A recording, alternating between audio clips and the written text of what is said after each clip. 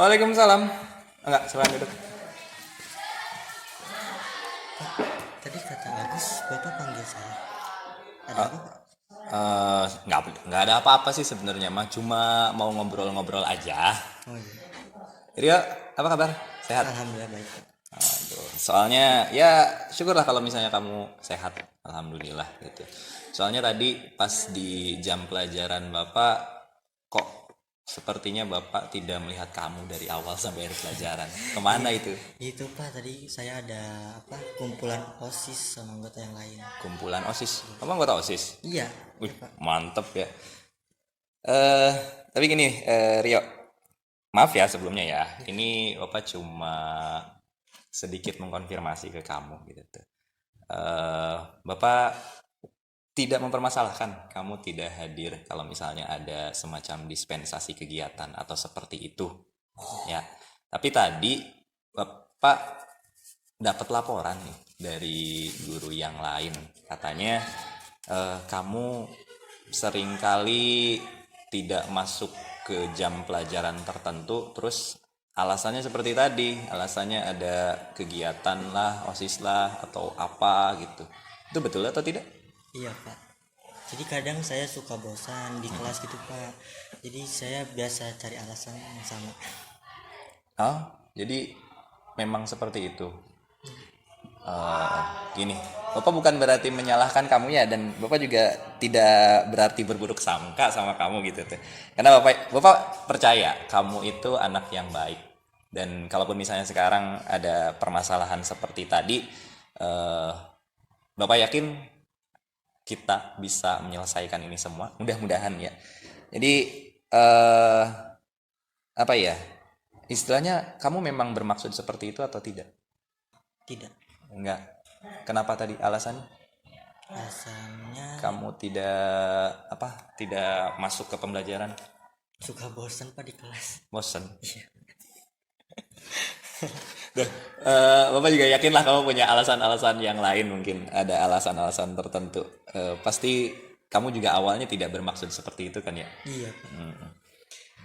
Tenang, Bapak juga paham lah istilahnya. Bapak juga zaman dulu, bukan Bapak sih, lebih ke Bapak sering melihat teman-teman Bapak gitu tuh melakukan hal yang sama gitu tuh, bolos ketika pembelajaran, eh, ikut apa ya? Alasannya karena ikut apa, ada kegiatan apa.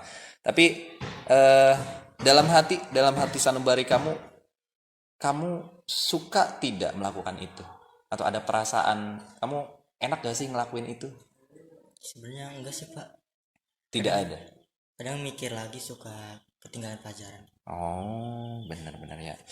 Sekarang gini, menurut kamu nih, tindakan tadi kamu yang apa ya, yang istilahnya kalau nyebut bolos terlalu ini ya, terlalu ekstrim.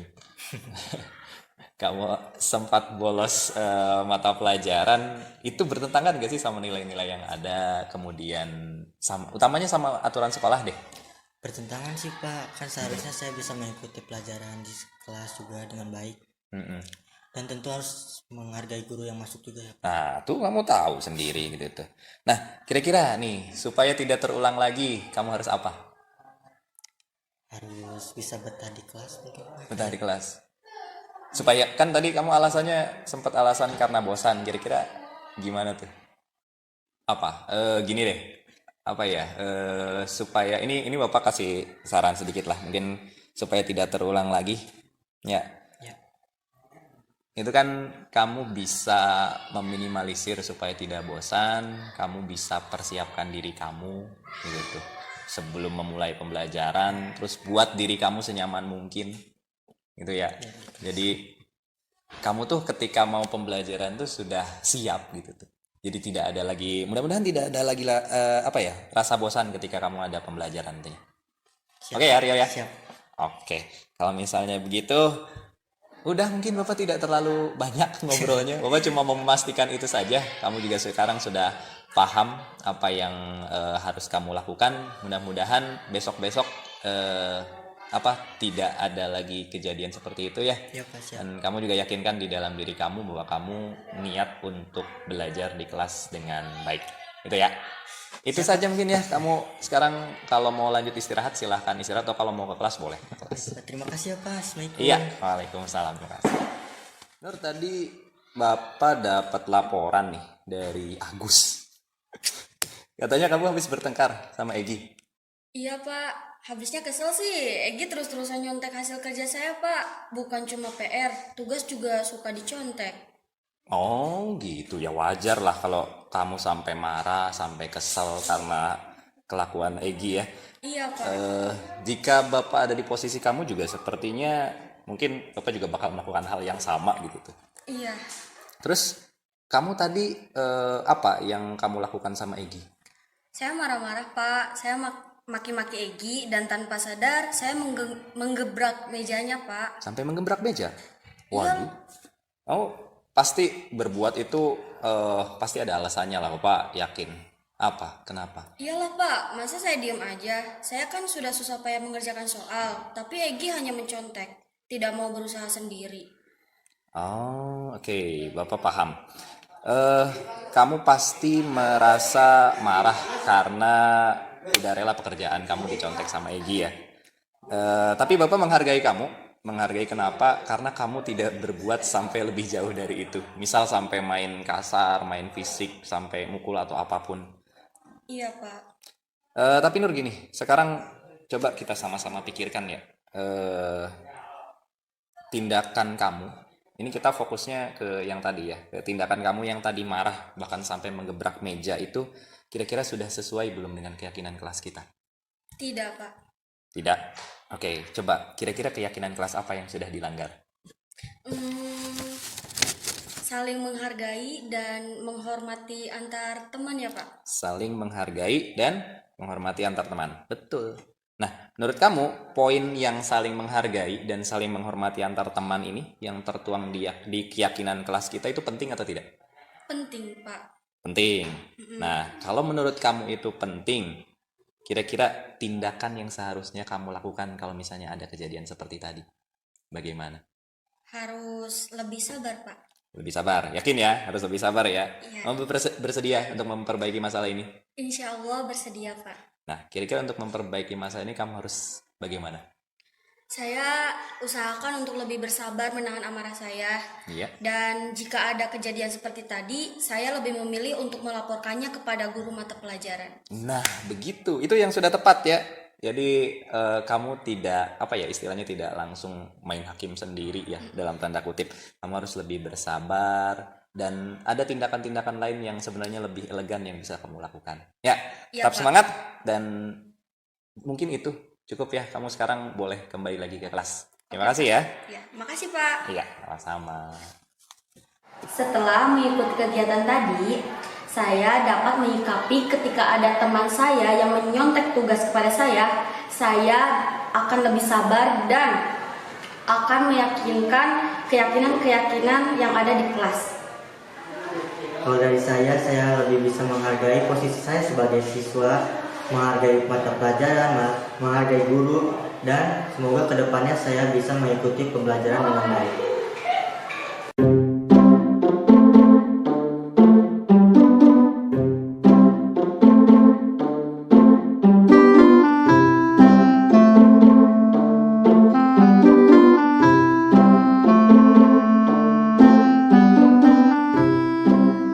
Nah, baik mungkin kita mulai saja karena waktu juga terbatas. Saya hanya diberi waktu 1 jam, sebenarnya bisa lebih sih, minimal 1 jam. Jadi kita mulai saja. Bismillah, Assalamualaikum warahmatullahi wabarakatuh. Waalaikumsalam warahmatullahi wabarakatuh.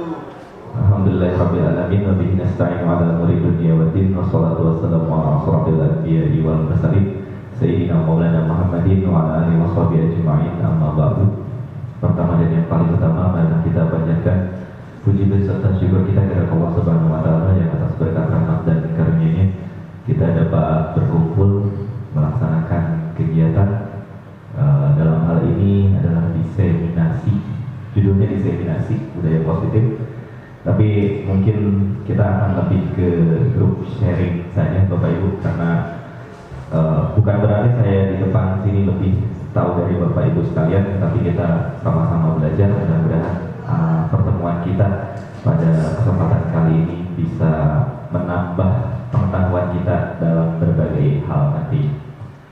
Salawat serta salam semoga tetap tercurah limpahkan kepada teladan kita Nabi Nabi Muhammad SAW, kepada keluarganya, para sahabatnya, dan insya Allah kepada kita selaku umatnya. Amin ya rabbal alamin. Pertama, saya ucapkan terima kasih kepada Bapak Ibu yang berkenan untuk menghadiri undangan dari saya. Dalam hal ini, kapasitas saya sebagai calon guru penggerak di Angkatan 9 Kabupaten Kuningan.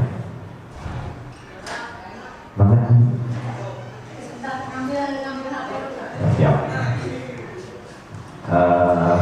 Untuk melaksanakan kegiatan aksi nyata, jadi aksi nyatanya ini, jadi kami di CGP Angkatan 9 dan di CGP-CGP yang lain itu menyelesaikan modul. Salah satu dari modulnya itu ada di modul 1.4 terkait dengan budaya positif. Nanti mudah-mudahan kita dalam pertemuan kali ini bisa lebih mengetahui tentang apa sih sebenarnya budaya positif dan apa yang bisa kita lakukan untuk menerapkan budaya positif di lingkungan sekolah kita. Sekali lagi, saya harus disclaimer ke Bapak Ibu sekalian bahwa saya di sini bukan untuk menggurui Bapak Ibu sekalian, tetapi kita hanya sekadar sharing pengalaman, sharing apa yang sudah ataupun yang sedang saya pelajari di dalam kegiatan guru penggerak. Mudah-mudahan nantinya kegiatan ini bisa menjadi trigger untuk kita semua, pada saya kemudian kepada Bapak Ibu sekalian, untuk bagaimana kita menjadi guru penggerak yang sebenarnya.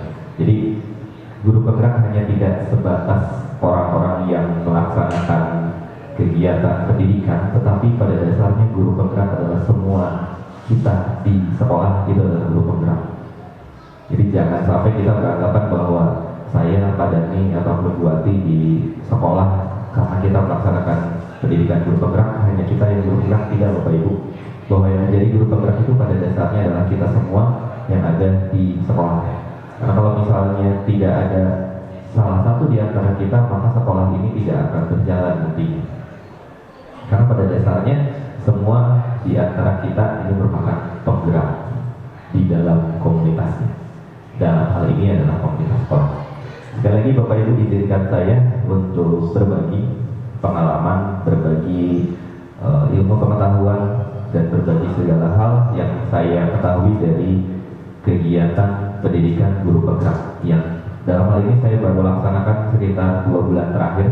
Kalau Pak Dani sebentar lagi selesai, Bapak Ibu. Jadi nanti kalau Pak Dani itu C-nya udah tinggal dicoret aja. Kalau saya masih C-nya masih lama. Nanti bulan April itu kalau lulus baru bulan April. Soalnya kalau saya ini yang tidak enaknya di angkatan 9 terus nanti di angkatan 11 juga kemungkinan itu harus ada ada jeda antara tahun berjalan, tahun anggaran. Jadi saya itu posisi pendidikannya di tahun anggaran 2023, tapi selesainya nanti di tahun anggaran 2024. Jadi ada posisinya ada jeda selama 2 bulan, jadi tidak ada pendidikan di sekitar bulan Desember sama Januari. Jadi kalau Pak Dani benar-benar 6 bulan, kalau saya mah nyampe 9 bulan. Beda. Kalau 6 bulan prematur berarti. Enggak ya.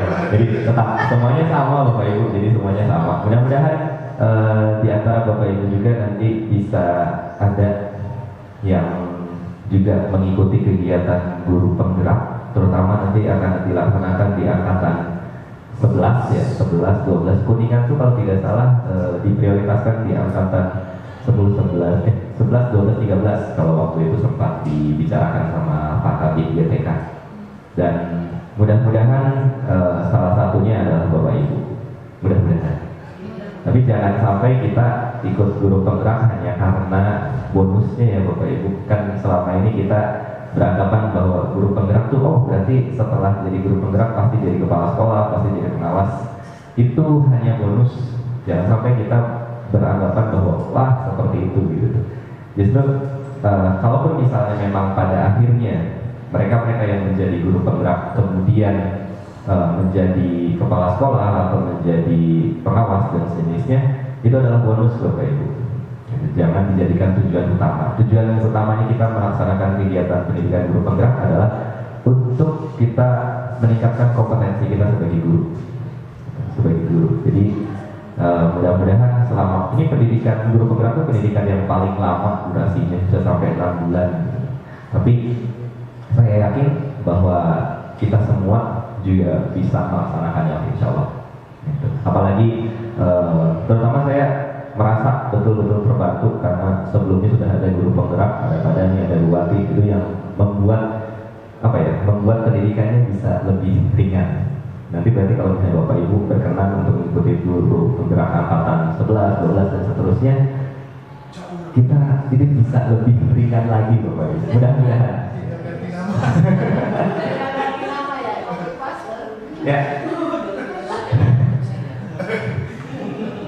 Kopi paste, ya enggak kopi paste beneran kok, cuma tinggal potong dikit yang di depan. Seperti aksi nyata PMM maksudnya. Baik Bapak Ibu, izinkan saya untuk memberikan sekedar sedikit pengetahuan saya terkait aksi nyata untuk modul 1 dari 4 di pendidikan guru penggerak, yaitu tentang budaya positif. Tapi sebelum masuk ke budaya positif, saya ingin memperlihatkan sebuah video dulu. Durasinya sebentar dan tidak ada dialog. Enggak. Saya tidak baca puisi, ya. Sutarto lagi. Ya, ini kita saksikan.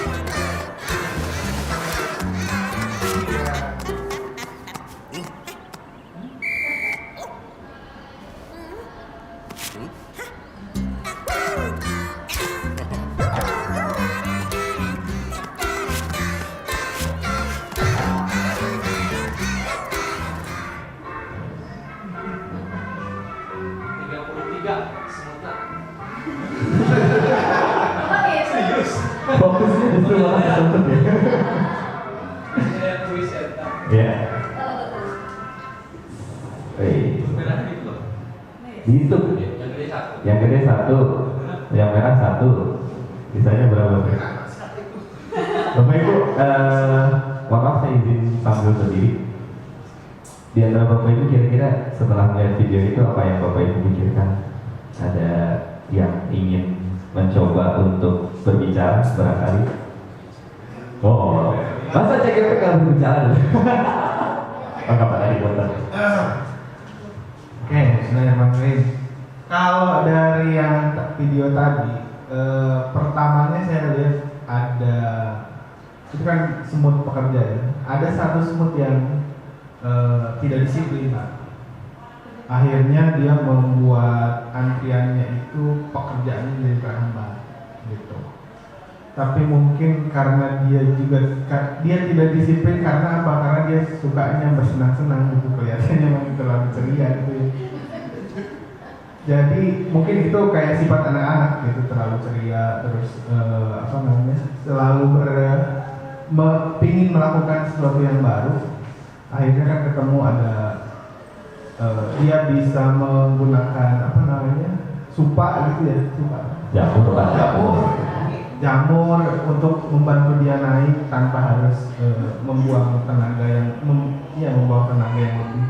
Kemudian dia juga ternyata menemukan ide untuk menerbangkan itu daun. Akhirnya pikiran saya, tadinya saya negatif ke semut itu, serius. Ini menghambat pekerjaan.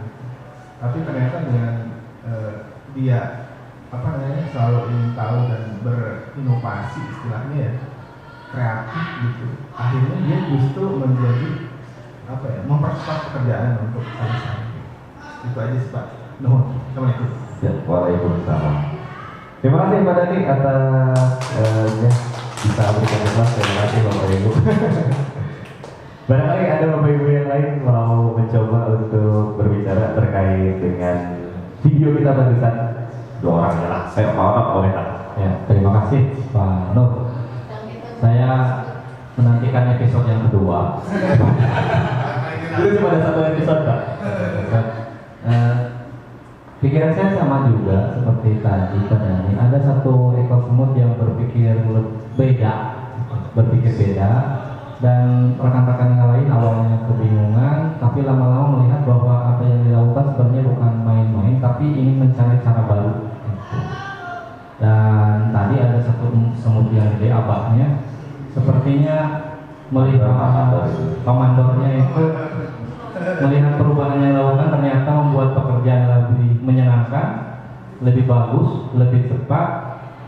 Ya kalau dikaitkan dengan kegiatan kita di kelas memang harus seperti itu ya. Kita harus cari cara baru bagaimana agar KBM yang sedang kita laksanakan itu tidak monoton, tidak bikin bosan. Tapi mungkin ada 1 murid kita yang nyeleneh sebenarnya, tapi itu yang mungkin jadi pemicu pelumas agar jadi saya kasih lagi agar berjalan lebih semut. Dan memang kalau di kelas kalau ada 1 yang nyeleneh terus kita jadikan sebuah objek di KBM jadi menyenangkan sebenarnya. Yang nakal yang lain itu sebenarnya siswa yang memang bosan dengan KBM kita gitu. Makanya bukan nakal sebenarnya, mereka ingin cari cara baru, misalkan gak betah di kelas, gak betah kitanya gitu. Kita mengakalinya bagaimana, seperti di semut yang tadi gitu.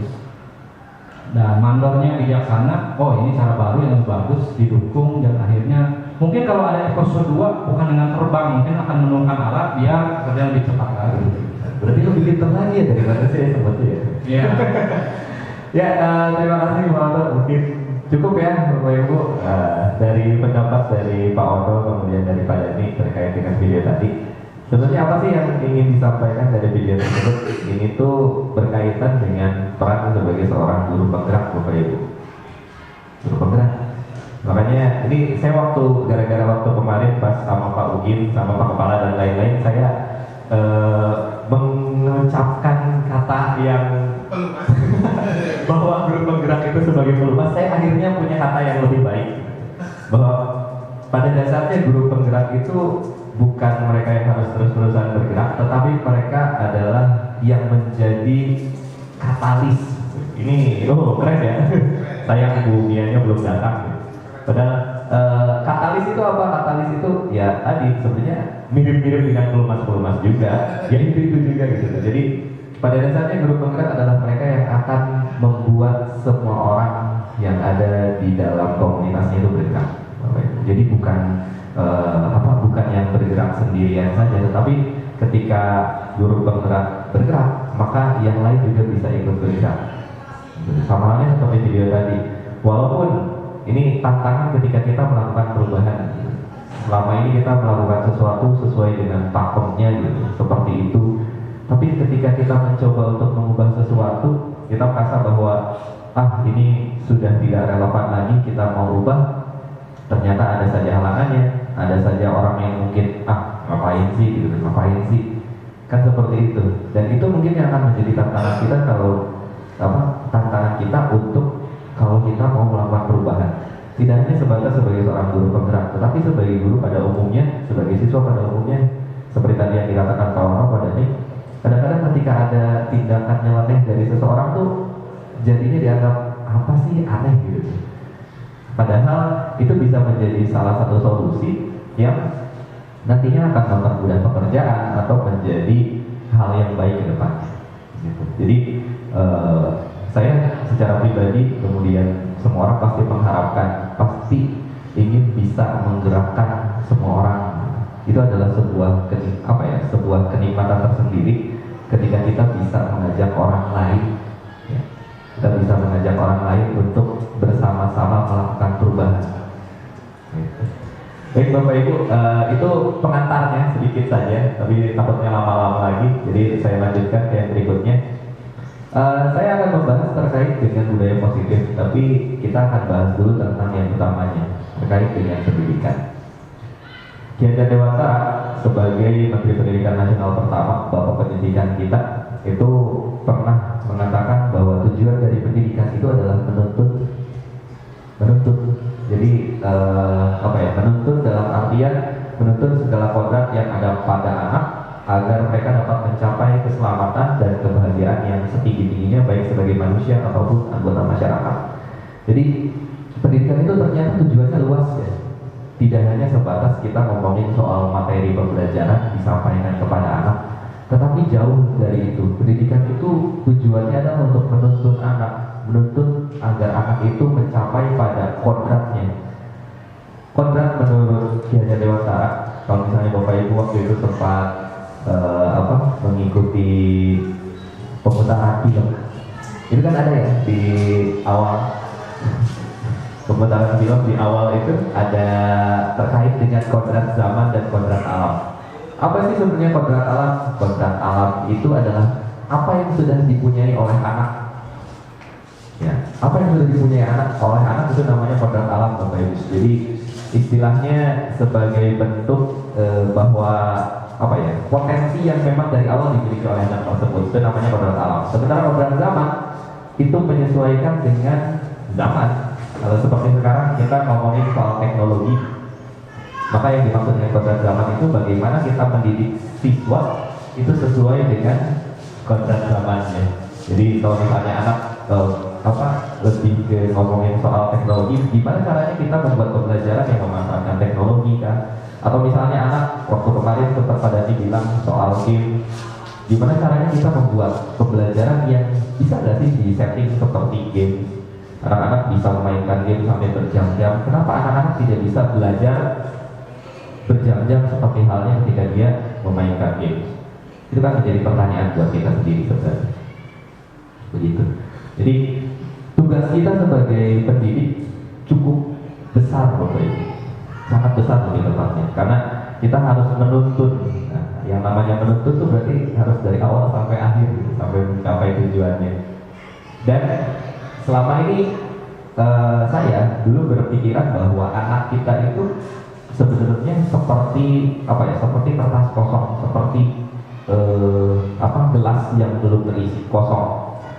Tapi setelah saya pelajari lebih lanjut, terutama di dalam pendidikan guru penggerak, ternyata selama ini paradigma bahwa anak itu benar-benar kosong, terus kita yang harus mengisi, itu harus kita revisi, Bapak Ibu.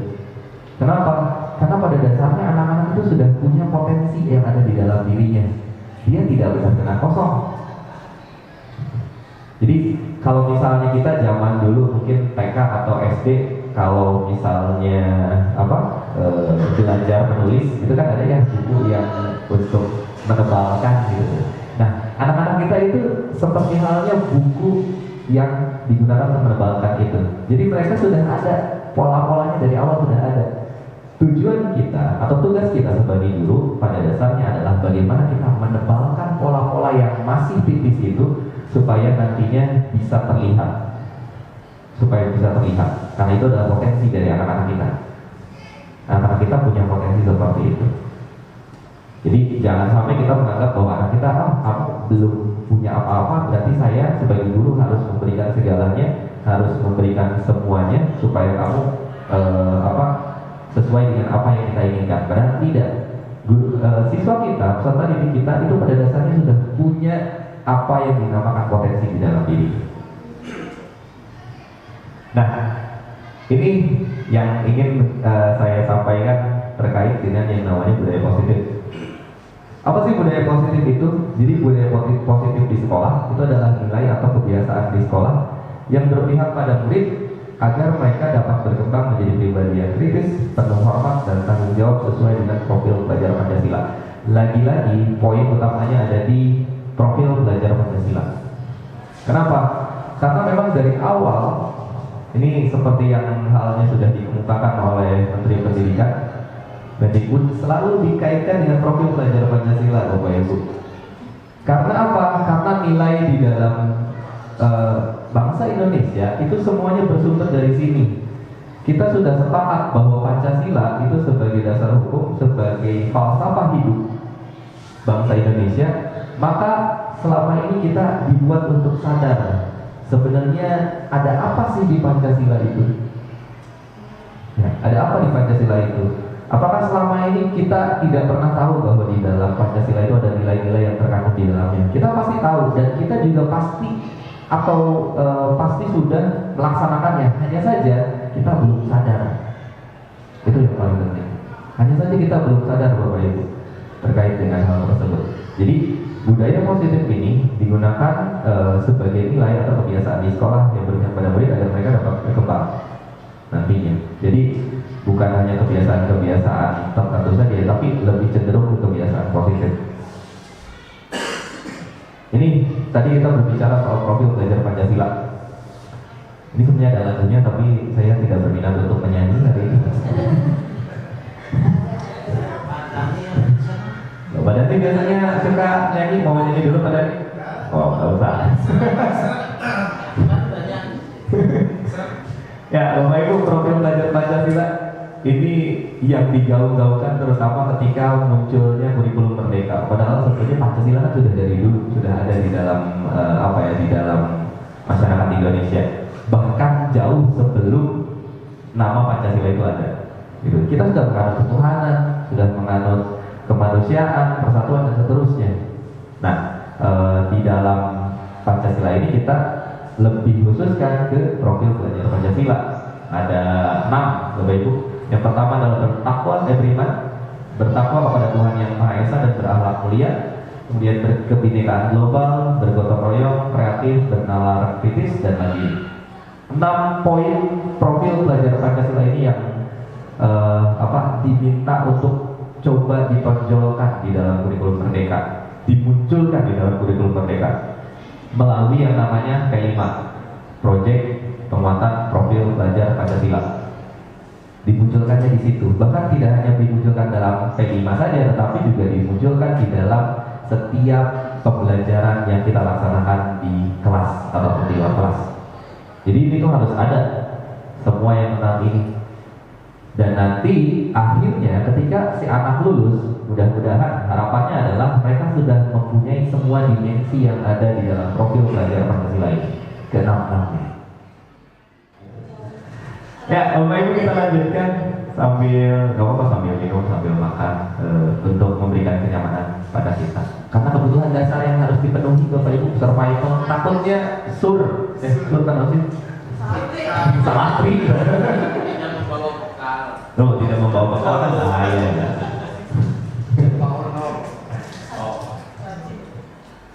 Nah, ini mungkin Bapak Ibu pernah juga ya, ya kasus yang ini pernah dibahas sama Pak Dani.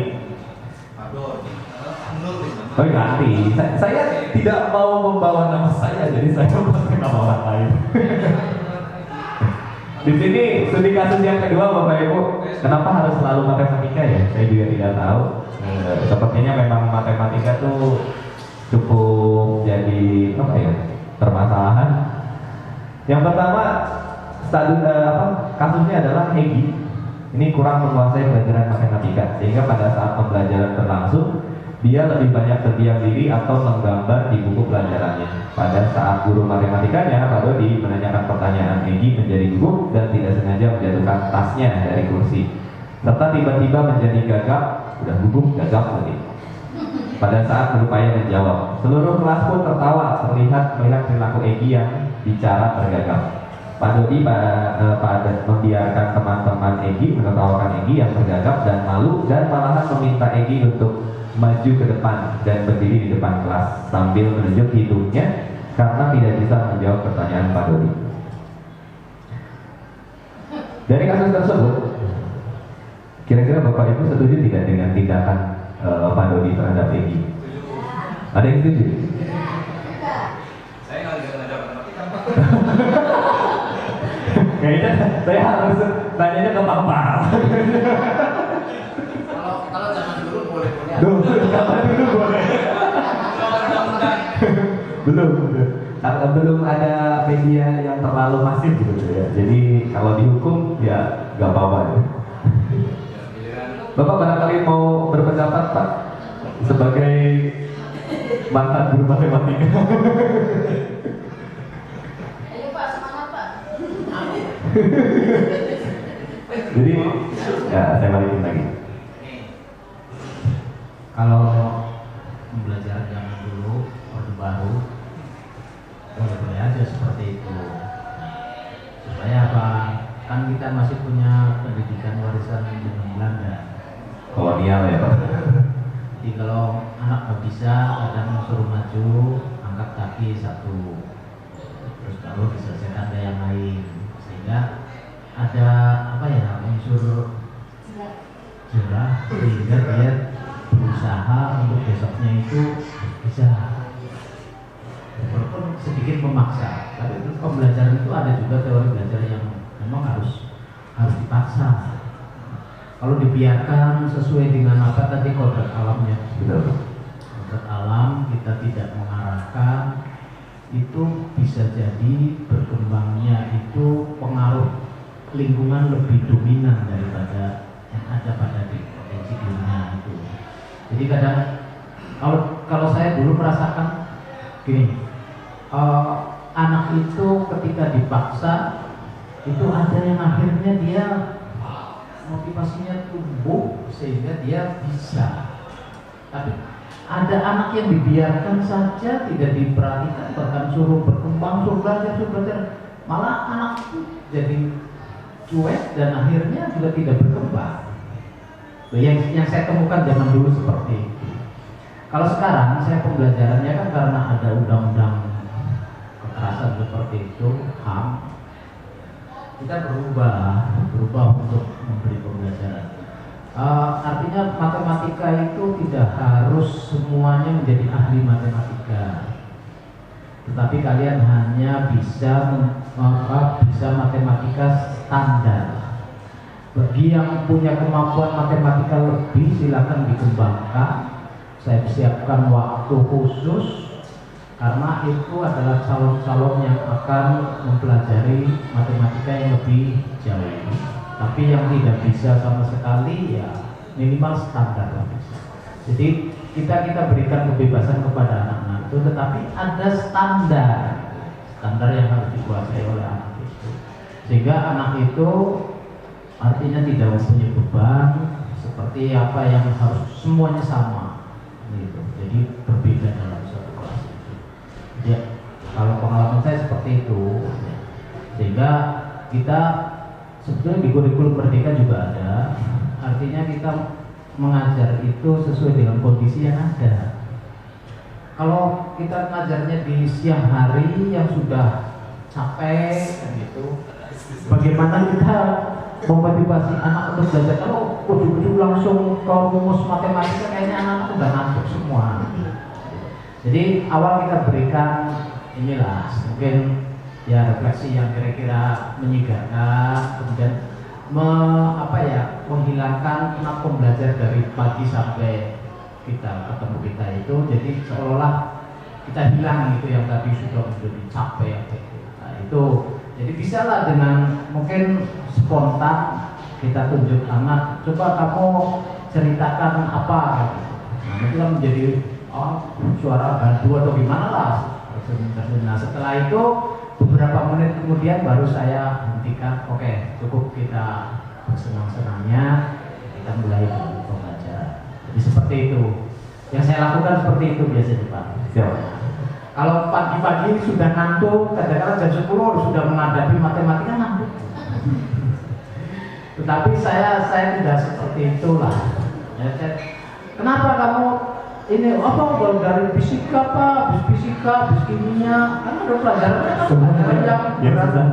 Walaupun kan kita kadang memerintahkan kepada kurikulumnya itu ya setidak-tidaknya dalam satu hari itu pelajarannya tidak berat semua gitu. Fisika, kimia, matematika kan itu susah semua. Diselingilah dengan pelajaran yang enaknya, bisa olahraga atau seni kan gitu. Jadi ada jeda ya. Tapi itu tidak bisa dihindari. Kadang membuat jadwal kan tidak mudah ya. Wah, tersusun seperti itu. Jadi begitu saya masuk, anakku sudah menolak duluan. Wah, begitu. Itu kan berarti kreativitas guru bagaimana menghadapi ketika anak seperti itu kan itu. Tetapi itu butuh pengalaman, saya yakin. Kalau guru baru saya yakin nggak bisa gitu. Butuh pengalaman.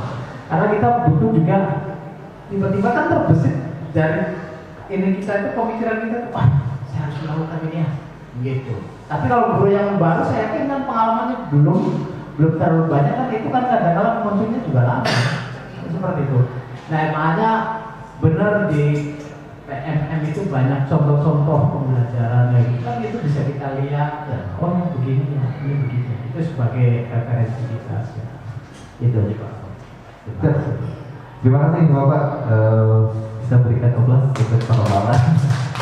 Ini pengalamannya luar biasa karena sudah mengajar matematika dari tahun 70 tahun, hampir menyamai umur Indonesia. Tapi intinya, Bapak Ibu, intinya adalah kita mengajar juga tadi bersesuaian dengan konteks zamannya masing-masing gitu. Mungkin pembelajaran ketika zaman dahulu seperti itu, kemudian sekarang juga mungkin bisa jadi berbeda. Tapi yang menarik adalah tadi kalimat terkait dengan bahwa ada teori pembelajaran yang memungkinkan atau membuat seseorang memang harus dipaksa terlebih dahulu. Jadi makanya saya ingat kata-katanya Pak Wianto waktu di SMA 1 Pak, dulu waktu amanat pembina upacara lagi waktu itu sama waktu di SMA 1 Cirebon saya PPL. Jadi bahwa untuk melakukan sesuatu kadang-kadang kita harus dipaksa dulu pertama, kemudian setelah dipaksa kita akan jadi terpaksa, setelah terpaksa kita jadi terbiasa, setelah terbiasa kita jadi bisa, kalau sudah bisa nanti kita bisa jadi luar biasa. 5 poin itu yang saya ingat sampai sekarang juga diterapkan juga ke anak-anak mudah-mudahan. Jadi Bapak Ibu bisa setuju atau tidak setuju terkait dengan tindakan dari Pak Dodi terhadap Egy ya, baik ditinjau dari sebenarnya boleh nggak sih hukuman kepada anak gitu. Kalau misalnya nggak boleh, kalau sekarang mungkin terbentur dengan undang-undang, peraturan dan sejenisnya. Tapi kalau misalnya kita lihat yang tadi, tindakan Pak Dodi itu apakah kita sebut sebagai hukuman kah, konsekuensi kah? Ini ada dua hal yang berbeda, ada hukuman, ada konsekuensi.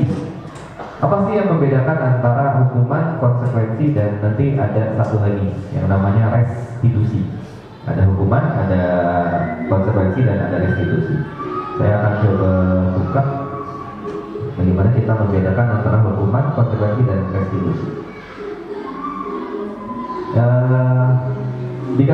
Dikatakannya begini Bapak Ibu, bahwa kalau hukuman itu sifatnya lebih negatif, dan kadang-kadang hukuman itu tidak nyambung antara apa yang dilakukan dengan apa yang dilaksanakan gitu. Apa yang dilakukan oleh anak misalnya, pelanggaran apa yang dilakukan oleh anak, terus hukumannya kadang-kadang nggak nyambung.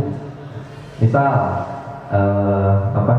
ada anak yang seperti tadi kata yang si Egy tadi, karena dia tidak bisa menjawab pertanyaan matematika, akhirnya disuruh maju ke depan contohnya. Itu hukuman. Kenapa hukuman? Karena sifatnya tadi negatif. Yang kedua, antara apa yang dilakukan dengan apa yang dihukumkan itu kadang-kadang tidak berkesesuaian. Jadi kalau di sini dikatakan bahwa kalau hukuman itu disebutnya identitas gagal, kalau yang disiplin itu ada konsekuensi sama restitusi disebutnya identitas sukses. Jadi di hukuman itu sesuatu yang menyakitkan harus terjadi, sesuatu yang menyakitkan harus terjadi. Jadi kita dihukum untuk, misalnya si anak tadi dihukum untuk lari keliling lapangan karena terlambat. Kan secara ini kan tidak berkesesuaian, tidak nyambung antara terlambat dengan disuruh lari.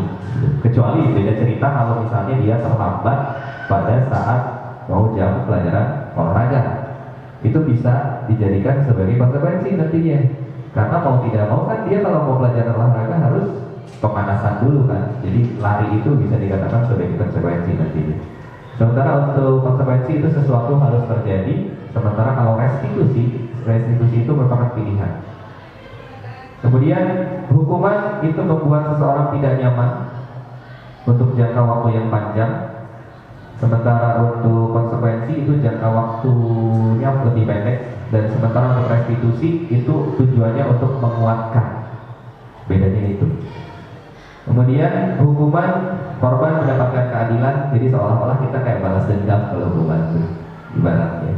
Kemudian kalau konsekuensi itu korban bisa diabaikan, sementara kalau di restitusi itu korban mendapatkan ganti. Jadi kemudian hukuman juga murid akan tersakiti, murid akan kemudian konsekuensi murid dibuat tidak nyaman, sementara restitusi itu murid mendapatkan penguasaan. Seperti itu Bapak Ibu. Dan banyak hal yang membedakan antara hukuman, konsekuensi, restitusi. Secara umum hukuman itu sifatnya negatif, konsekuensi sifatnya netral, dan restitusi itu sifatnya positif. Tapi apakah semua harus diupayakan untuk restitusi? Jawabannya iya. Diupayakan untuk restitusi, diupayakan Bapak Ibu. Ya, diupayakan restitusi. Kenapa? Karena untuk restitusi ini dua pihak itu akan mendapatkan penguatan positif, konsekuensi itu korbannya bisa diabaikan. Sebenarnya kalau hukuman kita tidak memindahkan korbannya mendapatkan keadilan gitu. Tapi di restitusi itu ada tambahan dia mendapatkan penguatan dan lain-lain. Ini nanti saya bisa sharekan negatif, netral, kemudian positif.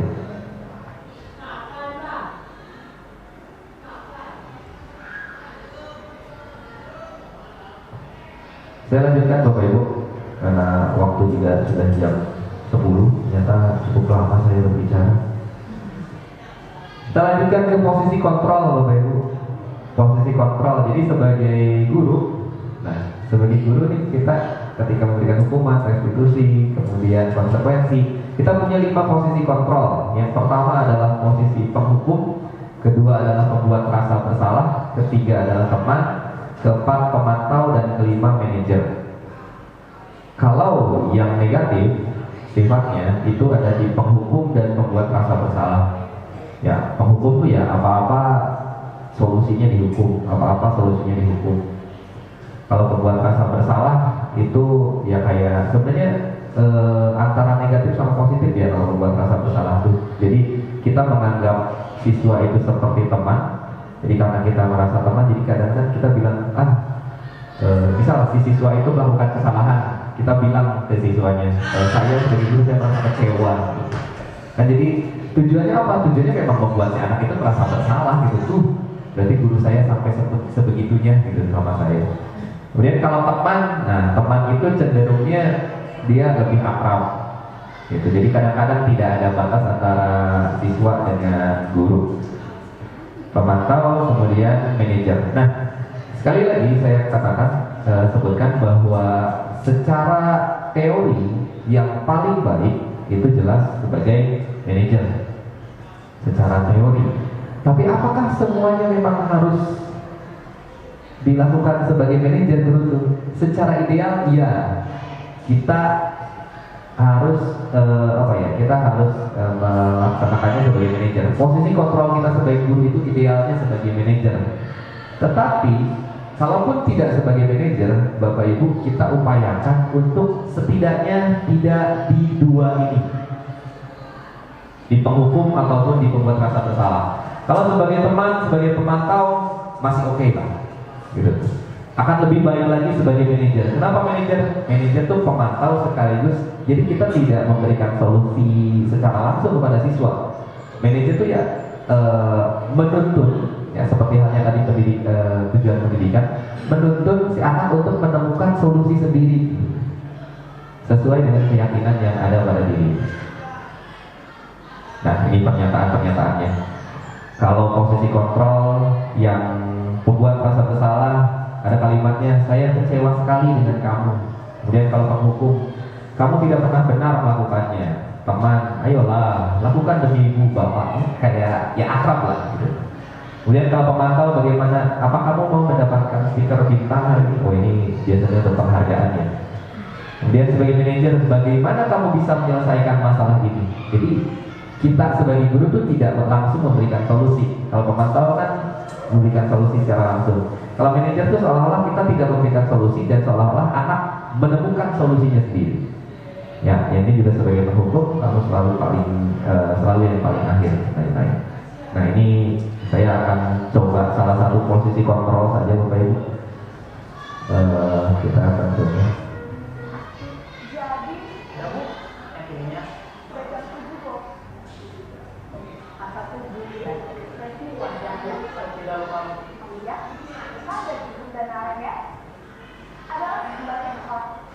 Oke, saya akan coba tampilkan video terkait dengan bagaimana posisi sebagai manajer dalam melakukan kontrol.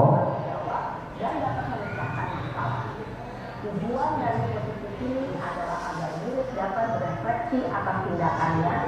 Guru akan dengan tulus memberikan pertanyaan-pertanyaan bermakna sehingga membuat murid dapat belajar dari kesalahannya dan mencari sebuah solusi untuk menyelesaikannya.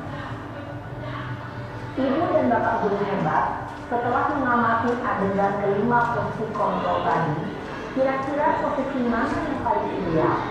Posisi mana yang dapat menunjang motivasi intrinsik murid? Ya, tentu posisi manajer. Posisi ini memang posisi ideal yang ingin dituju setiap pendidik. Pada posisi inilah, guru dapat menerapkan disiplin positif yang berpihak pada murid, yang memerdekakan murid. Perjalanan seorang pendidik tentunya tidak mudah untuk sampai pada posisi seorang manajer. Namun, tujuan kita pasti, yaitu menciptakan murid-murid yang mandiri, merdeka, dan bertanggung jawab. Semoga penggambaran 5 posisi kontrol yang telah diperlihatkan kapan ya? Nah, saya coba ingin Saling menghormati.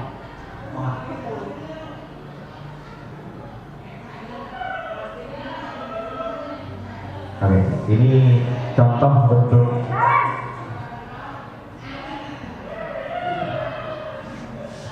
jadi ada anak yang terlambat. Selamat pagi, Naren.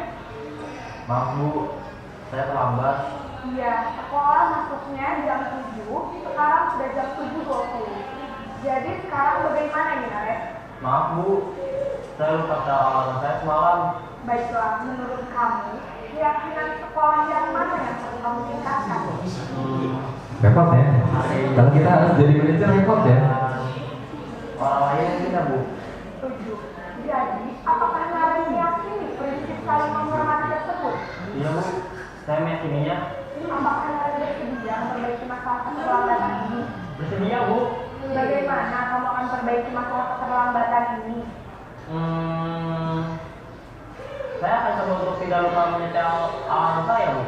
Baik, kalau kalian lupa menyetel alarm di rumah, ada orang yang kira-kira bisa bantu mengingatkan tidak? Ada, Bu. Kata saya, Kak Emma. Ada lagi selain Kak Emma? Selain Kak Emma, ada ibu saya. Baik, jadi yang mengingatkan kalian adalah Kak Emma dan ibu kamu ya? Kira-kira akan mulai alarm kapan nih kalian? Setelah pulang sekolah, akan segera saya lakukan. Baik, jadi Naren akan setel alarm untuk bangun besok pagi dan akan diingatkan oleh kakak dan ibunda Naren ya. Ada lagi yang mungkin perlu dilakukan Naren agar tidak terlambat bangun lagi? Tidak ada, Bu. Baik Naren, terima kasih untuk kerjasama kamu. Sekarang kamu perlu kembali ke kelas untuk belajar. Baik, Bu. Terima kasih. Ya. Itulah Bapak Ibu. Mungkin kalau misalnya kita melihat seperti itu, ini ideal banget ya gitu tuh. Bisa nggak sih kita seperti itu? Bahkan Bu Livia apakah seperti itu? Oh. Ini kalau misalnya anak kita gitu tuh seperti itu kan gimana itu kira-kira ya? Tapi sekali lagi Bapak Ibu bahwa ini posisi sebagai manajer itu adalah posisi yang sekali lagi paling ideal. Paling ideal itu berarti ya memang itu yang tujuannya kita sebagai guru itu untuk mendapatkan posisi manajer. Tapi sekali lagi semua harus disesuaikan dengan kondisi peserta didik kita. Kira-kira kalau misalnya kita nanyain ke peserta didik kita, gitu, menurut kamu keyakinan mana yang kamu langgar gitu? Kan harus disesuaikan gitu. Jadi intinya kita harus pandai-pandai untuk menempatkan posisi kontrol kita gitu sebagai baik itu sebagai tadi penghukum atau pemberi rasa bersalah atau pemantau, manajer, dan satu lagi itu apa? Teman. Ya, tapi diupayakan untuk tidak lagi menggunakan hukuman. Gitu. Diupayakan seperti itu. Tapi sekali lagi itu adalah sesuatu yang ideal. Ya, sesuatu yang ideal. Kita harus tetap menyesuaikan lagi dengan apa yang terjadi di dalam sekolah kita. Menyesuaikan dengan apa yang peserta didik kita alami gitu. Kita tidak bisa serta-merta langsung, wah berarti saya sebagai manajer nih yang bagus, berarti saya harus seperti apa. Tidak Bapak Ibu. Kita harus pandai-pandai menempatkan diri kita sesuai dengan posisi kontrol. Nah, ini yang berikutnya, ini masih ada 2 berarti ya, keyakinan kelas. Jadi secara umum keyakinan kelas ini merupakan pernyataan atau prinsip yang disepakati bersama oleh guru dan murid untuk menciptakan lingkungan belajar yang positif dan produktif. Keyakinan kelas tidak hanya berisi harapan guru terhadap murid, tetapi juga harapan murid terhadap guru. Ini kemarin sempat ada pertanyaan, sebenarnya apa sih bedanya keyakinan kelas dengan peraturan kelas gitu? Apakah sama atau beda? Bapak Ibu, keyakinan kelas itu sifatnya lebih abstrak. Kalau peraturan kelas itu lebih ke penjabaran dari keyakinan kelas. Ya, kemudian keyakinan kelas itu berupa pernyataan-pernyataan universal. Dan yang ketiga, pernyataan keyakinan kelas itu senantiasa dibuat dalam bentuk positif. Kalau aturan kan tidak hanya selalu positif ya. Jadi bisa dilarang A, tidak boleh B, dan seterusnya. Sementara kalau keyakinan kelas itu diupayakan dalam bentuk positif. Dan ini merupakan salah satu upaya kita untuk menerapkan budaya positif di sekolah. Siapa yang harus membuat keyakinan kelas? Apakah hanya wali kelas saja? Jawabannya tidak. Setiap dari kita, Bapak Ibu, baik itu guru mata pelajaran, wali kelas, itu bisa membimbing siswa untuk membuat keyakinan kelas. Apa sih nilai-nilai yang harus ada di dalam kelas? Itu yang dimaksud dengan keyakinan kelas. Nilai-nilai universal, Bapak Ibu. Mulai dari hal-hal yang sederhana, kejujuran, tanggung jawab, kemudian disiplin dan lain-lain. Sifatnya universal kalau keyakinan kelas. Nah, dari keyakinan kelas itu bisa dijabarkan lagi menjadi peraturan kelas, atau bisa dibalik, peraturan kelas bisa dibuat menjadi keyakinan kelas. Gitu. Ini mengapa keyakinan kelas itu penting? Yang pertama, untuk menciptakan lingkungan belajar yang positif dan aman, membangun rasa kebersamaan dan tanggung jawab, menumbuhkan motivasi belajar dan meningkatkan efektivitas pembelajaran.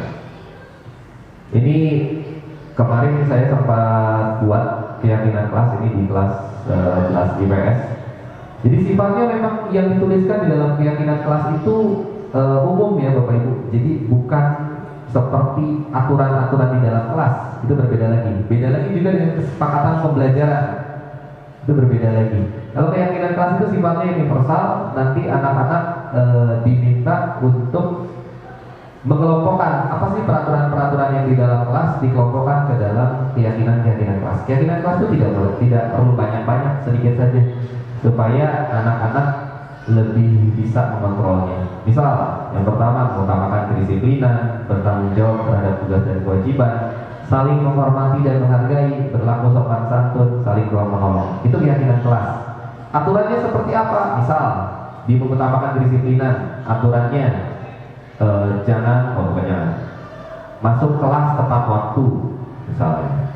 Atau ketika guru menerangkan tidak boleh mengobrol. Nah, itu penjabaran dari setiap keyakinan kelasnya dan seterusnya. Nah, ini terakhir Bapak Ibu. Sekali lagi, ini adalah hal yang ideal, dan tapi dalam sebuah budaya positif ini dimungkinkan terjadi dan dilaksanakan tidak hanya oleh guru BPBK saja Bapak Ibu. Ya, jadi segitiga restitusi itu adalah sebuah proses untuk menciptakan kondisi bagi peserta didik untuk memperbaiki kesalahan mereka sehingga mereka bisa kembali pada kelompok mereka dengan karakter yang lebih kuat. Ini menurut dosen, ini bukan hal-hal dosen yang di ekonomi, beda. Jadi segitiga restitusi itu sebuah upaya untuk mengembalikan karakter siswa yang sebelumnya bisa jadi korbankah, tersangkakah, dikembalikan lagi ke komunitasnya, ke kelompoknya dengan karakter yang lebih kuat. Itu yang namanya segitiga restitusi. Kenapa segitiga restitusi? Karena tahapnya ada 3. Yang pertama adalah menstabilkan identitas, yang kedua validasi tindakan yang salah, dan yang ketiga menanyakan keyakinan. Tapi sekali lagi, ini saya harus bilang ini adalah sesuatu yang ideal. Saya juga mencoba mempraktikkan Bapak Ibu segitiga restitusi dan cukup sulit. Serius. Tapi sebenarnya kita juga secara tidak sadar pernah loh melaksanakan segitiga restitusi. Kadang-kadang saya kalau merhatiin Pak Ono, merhatiin Umia atau Wahat dan lain-lain ngobrol sama siswanya, itu kadang-kadang sebenarnya itu sesuai dengan segitiga restitusi. Pertama, di menstabilkan identitas. Kita harus mengembalikan lagi posisi siswa yang awalnya seolah-olah jadi tersangka, seolah-olah jadi seolah-olah jadi orang jahat dalam tanda kutip. Itu distabilkan lagi kondisinya ke awal, gitu tuh. Dengan kalimat-kalimat yang sederhana lah, misalnya Bapak tahu kamu punya alasan, atau Bapak juga dulu pernah melakukan hal yang sama, tapi tidak semuanya harus dilakukan dengan itu ya. Misal anaknya merokok, jangan sampai disebutkan Bapak juga dulu melakukan hal yang sama, jangan ya. Tapi dibuat distabilkan bahwa itu tuh adalah sesuatu yang istilahnya tidak normal, tetapi tetap normal. Jadi kita bagaimana menciptakan sebuah kondisi pendidikan yang ideal. Mudah-mudahan kita berdoa bersama-sama kita bisa menciptakan itu dalam beberapa waktu ke depan. Dimulai dari langkah yang kecil, mudah-mudahan bisa menjadi perubahan yang besar. Kalau bahasa Inggrisnya tuh baby step to giant strides. Saya dapat dari mana ya? Jadi langkah yang kecil tetapi bisa menjadi lonjakan yang luar biasa gitu. Dan kita mulai dari diri kita sendiri. Mudah-mudahan apa yang dipaparkan hari ini bisa memberikan manfaat kepada kita semua Bapak Ibu, termasuk kepada saya terutama dan juga kepada Bapak Ibu sekalian sebagai bahan untuk saling berbagi satu sama lain. kegiatan ini. Mudah-mudahan Allah Subhanahu wa taala membalas kebaikan Bapak Ibu dengan kebaikan yang berlipat ganda. Amin. Mudah-mudahan sertifikat saya. Amin. Ya, terima kasih. Mohon maaf sudah mengganggu waktu KBM-nya. Barangkali yang masih ada jadwal KBM, mudah-mudahan bisa kembali ke aktivitasnya masing-masing dengan perasaan yang lebih baik lagi. Sekian saja Bapak Ibu untuk pemaparan hari ini. Kita mudah-mudahan kita bisa bertemu kembali di pemaparan selanjutnya, tidak hanya dari saya tapi juga dari yang lain juga, Pak Lili, Bu Mela, Bu Haa, juga kan it's my dream katanya kan ya. It's my dream. Terima kasih Bapak Ibu. Saya ucapkan kepada Bapak Ibu sekalian, mudah-mudahan kita bisa bertemu lagi di lain kesempatan. Wassalamualaikum warahmatullahi wabarakatuh. Waalaikumsalam warahmatullahi wabarakatuh. Tangan. Bapak Ibu juga sambutan saya